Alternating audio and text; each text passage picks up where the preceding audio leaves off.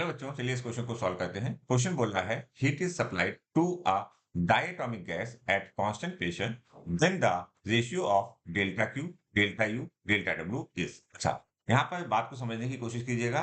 Diatomic gas है और वो गैस कांस्टेंट प्रेशर पर है। तो सबसे पहले हम डायटोमिक गैस के लिए specific heat at constant pressure and specific heat at constant volume के बारे में समझते हैं। That value Cp at constant pressure is equal to 7/2 R। इसी तरह से specific heat at constant volume Cv is equal to 5/2 R। Clear? अच्छा, अब हम डेल्टा क्यू के बारे में बात करेंगे। तो delta Q is equal to N C P delta T. हम क्या है, नंबर ऑफ मोल्स हैं। Delta T is the change in temperature. तो हम इसको वैल्यूज को रखेंगे और वैल्यूज को रख के हम इसको अगर रीअरेंज कर दें तो हमारे पास वैल्यू आनी चाहिए 7/2 एन आर डेल्टा टी।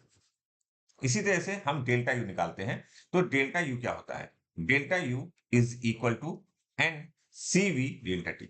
ये जो डेल्टा क्यू और डेल्टा यू लिखा हुआ है, ये हमें डायरेक्ट फॉर्मूले याद होने चाहिए। अच्छा, that value is equal to 5/2 N R delta T. अच्छा, अब देखो ये वैल्यूज आ गई और हमें according to the first law ये पता है कि delta W is equal to delta Q minus of delta W. Okay, अब देखो डेल्टा क्यू की वैल्यू रख देते हैं और डेल्टा डब्ल्यू की वैल्यू रख देते हैं। तो जो जो कॉमन टर्म है उन्हें हम लोग पहले ले लेते हैं।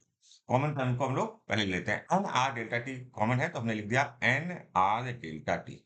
और डेल्टा क्यू की वैल्यू कितनी है? 7/2। तो हमने लिखा 7/2 माइनस ऑफ 5/2। तो 7/2 minus of 5/2, this value comes to be at 2/2 और 2/2 की वैल्यू क्या हो जाएगी? 1 हो जाएगी। तो हमारा यहाँ पर जो वैल्यू आएगी that is N N R delta T. तो देखिए आपके पास डेल्टा क्यू आ गया, डेल्टा यू आ गया और डेल्टा डब्ल्यू आ गया। तो सिंप्लीफाई करते हैं इसको और हम लिखते हैं delta Q is to delta U is to delta W. Okay, values को रख देते हैं क्योंकि एनआरटी तो सभी में कॉमन है तो कैंसिल आउट हो जाएगा। तो हमने लिखा 7/2 इज टू 5/2 इज टू 1।